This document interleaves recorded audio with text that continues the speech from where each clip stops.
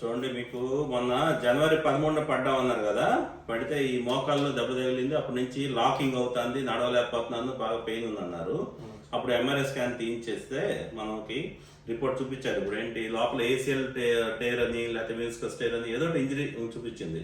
ఈ కాలు రెస్ట్ లో ఉంది కదా 10 రోజుల నుంచి, సో ఆటోమేటిక్ గా వీక్ అయింది. వీక్ అని ఎలా తెలుస్తుంది? ఇప్పుడు చూడండి, ఫర్ ఎగ్జాంపుల్ ఈ కాలు మంచి కాలు ఎత్తంటుందిగా, ఎత్తండి బాగా చూసి. అంటే ఇది కాలు ఎత్తగలుగుతున్నారంటే దాని అర్థం ఏంటి, ఈ మజిల్ బలంగా ఉంది, ఇది క్వాడ్రిసెప్స్ మజిల్.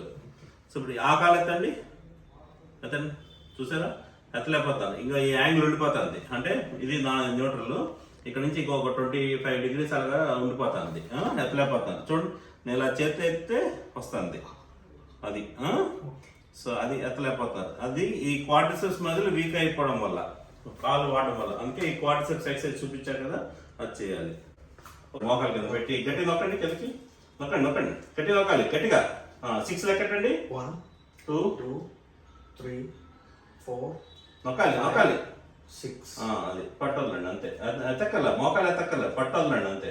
మళ్ళీ నొక్కండి, అది 2 నొక్కాలి గట్టిగా, సరిపట్ల. 4 5 6 7 అది గట్టి నొక్కాలి. Okay, enough.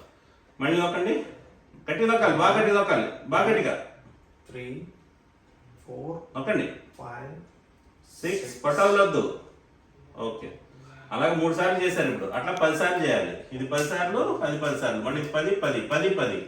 ఇది స్టాటిక్ క్వాడ్రిసెప్స్, అంటే ఇది క్వాడ్రిసెప్స్ మజిల్. స్టాటిక్ అంటే మీరు కాలు అక్కడే ఉంచుతారు, కాలు కదపట్లేదు, బట్ అక్కడే ఉండి బలం తెచ్చుకుంటున్నారు, దాన్ని స్టాటిక్ అంటారు. ముందు ఈ ఎక్సర్సైజ్ బాగా చేస్తే తర్వాత కూర్చొని మీరు ఎత్తగలిగేది కూడా ఎత్తుతారు. ఒకసారి కూర్చోండి, అది బాగా చేయాలి. ఒక రోజంతా బాగా చేయండి, చేసి అప్పుడు ఇది ఎత్తడానికి ప్రయత్నించండి.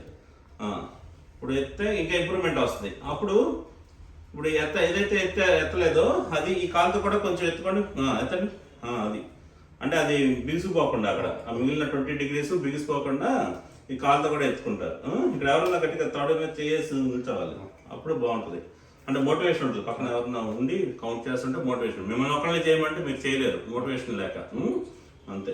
అదేమో స్టాటిక్, ఇదేమో డైనమిక్ క్వాడ్రిసెప్స్. ఇది కూడా అలాగే 10 times అటు 10 ఇటు, 10 అటు 10 ఇటు, 10 అటు ఇటు, అంటే 2 కాళ్ళలో ఈక్వల్ బలం రావాలి. సో అది క్వాడ్రిసెప్స్. రైట్.